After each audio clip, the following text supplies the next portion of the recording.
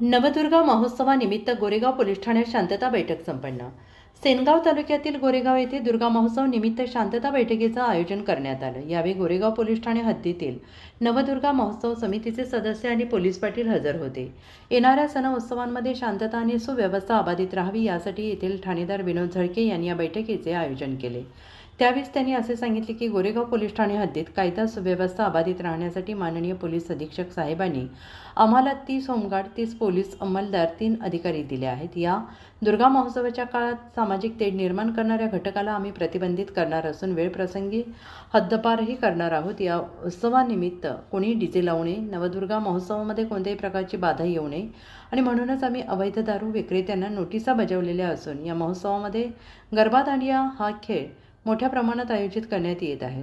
त्यावेळी महिला मुलींची संख्या जास्त असते, काहीतरी चीटिंग करणे, गरबा दांडियाला बाधा पोहोचेल असे वर्तन करणे यावर आमचे कटाक्षाने लक्ष असणार आहे। या बैठकीला हद्दीतील पोलीस पाटील हजर होते। सहाय्यक पोलीस उपनिरीक्षक नितीन लेनगुळे, ठाण्याचे कर्मचारी, होमगार्ड, नवदुर्गा महोत्सव मंडळाचे पदाधिकारी, गावातील नागरिक, पत्रकार यांची हजेरी होती। अजिंक्य महाराष्ट्र न्यूज सोबत सिकंदर पठाण, सेनगाव प्रतिनिधी। हद्दीमध्ये नवदुर्गा उत्सव स्थापना त्या अनुषंगाने पोलीस पाटील, गणेश मंडळाचे पदाधिकारी व शांतता समिती सदस्य यांची संयुक्त बैठक घेण्यात आलेली आहे। त्यामध्ये स्थापनेपासून विसर्जनपर्यंत काय काय अडचणी येतात आणि त्या दृष्टीने काय काळजी घेणं आहे त्याप्रमाणे आपण त्यांना, जसं उदाहरणार्थ ज्या ठिकाणी गरबा दांडिया चालते त्या ठिकाणी मुली, स्त्री यांची संख्या जास्त असते। अशा वेळेस बाहेरचे कोणी येऊन इथं चिटिंग करणं किंवा आणखी काही गोंधळ घालणं होऊ शकते। त्या दृष्टिकोनातून आम्ही माननीय पोलीस अधीक्षक साहेब हिंगोली यांच्या आदेशाने प्रत्येक मंडळाला 1 पोलीस अंमलदार किंवा होमगार्ड देणार आहे। तसेच मी स्वतः प्रत्येक मंडळाला पेट्रोलिंग दरम्यान भेटी देणार आहे। असं काही आढळल्यास आम्ही त्यांच्यावर कायदेशीर कडक कारवाई करणार आहोत।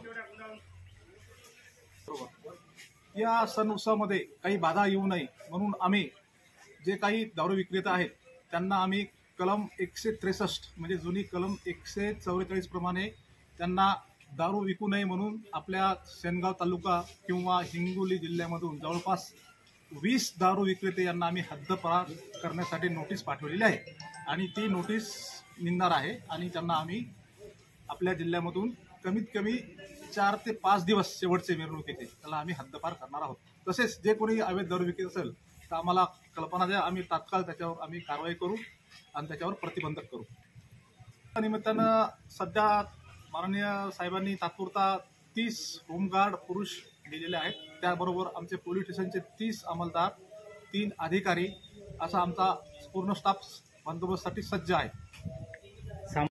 सामाजिक तेढ निर्माण करणारे जे काही घटक आहेत, जे गुंडे आहेत, त्याच्यावर आम्ही 110, 107 ही एक प्रिव्हेन्शन ॲक्शन आहे, त्याच्यावर आम्ही प्रतिबंधक करून त्याला आम्ही हद्दपार करणार आहोत।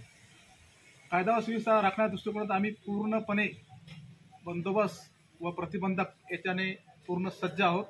असे कुठलीही आमची घटना घडणार नाही याची आम्ही सर्व पोलीस स्टेशन गोरेगाव आम्ही दक्षता घेत आहोत। माननीय सर्वोच्च न्यायालयाच्या आदेशाप्रमाणे 55 डेसिबल, 65 डेसिबल आणि याप्रमाणे जे त्यांनी ठरवून दिलेले आहे त्यांचे निकष, त्या निकषाप्रमाणे आमच्याकडे मशीनसुद्धा आहे आवाज चेक करण्याची।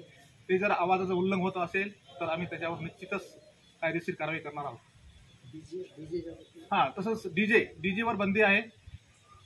डीजे कोणी वापरू नये असं आम्ही स्पष्ट सूचना दिलेल्या आहेत, लेखी सुद्धा सूचना दिलेल्या आहेत आणि तोंडी सुद्धा सूचना दिलेल्या आहेत।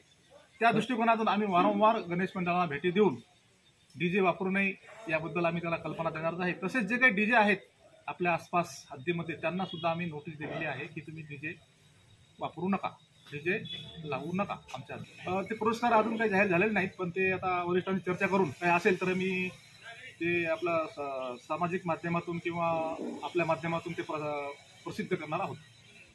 एक प्रश्न असल्यामुळं आज माननीय साहेबांचं इन्स्पेक्टर असल्यामुळे आज आम्हाला सर्व परिसर स्वच्छ करायचा आहे।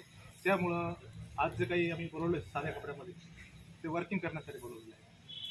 युनिफॉर्ममध्ये पूर्ण उत्सव शांततेत होईपर्यंत सर्व अधिकारी अंमलदार युनिफॉर्म, पेट्रोलिंग, नाकाबंदी, माननीय वरिष्ठांनी दिलेल्या आदेशाप्रमाणे विविध उपक्रम आम्ही या काळामध्ये राबविणार आहोत. पैदल पेट्रोलिंग असेल, त्यानंतर नाकाबंदी असेल, सार्वजनिक ठिकाणी गोंधळ घालणारे व्यक्ती असेल, त्याच्यावर कारवाई करण्यासाठी आमची टीम सज्ज आहे. ठीक आहे, ओके.